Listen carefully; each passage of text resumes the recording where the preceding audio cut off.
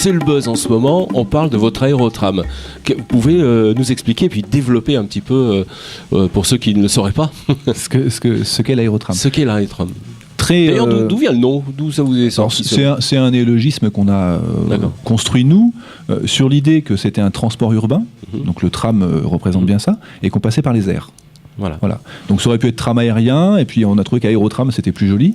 On aurait pu utiliser le terme téléphérique urbain, parce que techniquement ça renvoie à cette technologie, mais voilà, aérotram c'était plus sympa de le présenter comme ça. C'est l'idée assez simple que dans une ville comme Lyon, mais comme dans beaucoup d'autres villes en fait, on a une très forte densité au sol aujourd'hui et qu'on ne peut plus construire d'infrastructures de déplacement au sol.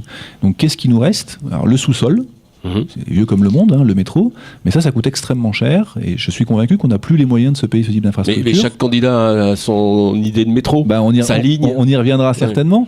Nous, on a choisi de passer par les airs parce qu'aujourd'hui, c'est possible, c'est pas cher. Et c'est efficace. Mais c'est plutôt une révolution, ça existe ailleurs? C'est une technologie française dont de nombreux pays au monde se sont servis, et pas encore la France. New York, on a monté un, il y en a beaucoup en Amérique du Sud, parce qu'il y a des villes qui sont souvent avec des reliefs importants. Il y en a un à Lisbonne, il y en a à Barcelone, il y en a un à Londres, il y en a à Coblence, il y en a à Bolzano en Italie, Tel Aviv est en train d'en monter un. Enfin, là, c'est quelque chose qui est en train d'émerger véritablement. New York a monté le sien en 2009, voilà, donc c'est pas très ancien non plus, mais il y a des solutions qui émergent sur cette technologie-là. Brest et Toulouse en France viennent de se lancer en 2013, ont lancé des études de faisabilité. Mais Éric Lafont, il y a la place dans les villes de mettre un téléphérique, un aérotram? Oui, parce que l'implantation au sol est très mesurée en fait. Ce sont des pylônes que vous mettez sur la voirie. Nous, on a dessiné un tracé où on a largement la place de les mettre, sans la nuisance pour les usagers, parce que c'est aussi un facteur important pour nous. Quand on construit un tramway ou un métro, et à Lyon on a l'expérience de ça, ce sont des nuisances pendant plusieurs années. Pour les usagers, les commerçants. On a cherché une solution qui permettait de conserver cet équilibre, cette qualité de vie sur le territoire, tout en répondant aux enjeux de mobilité. Parce que c'est ça la clé en fait. Oui. On a une ville qui aujourd'hui est congestionnée, c'est difficile de circuler en voiture, et qui surtout est de plus en plus polluée. On est à plus de 70 pics de pollution par an.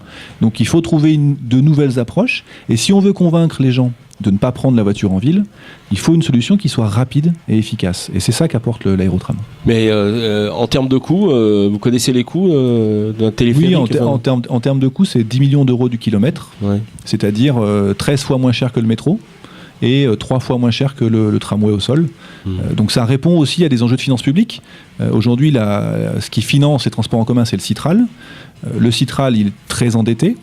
Et le Citral, il est financé par vous et moi, chaque fois qu'on prend le transport en commun, par les contributions des entreprises et par les subventions des collectivités locales. Et je crois que sur ces 3 recettes, on est au plafond de ce qu'on peut mettre aujourd'hui.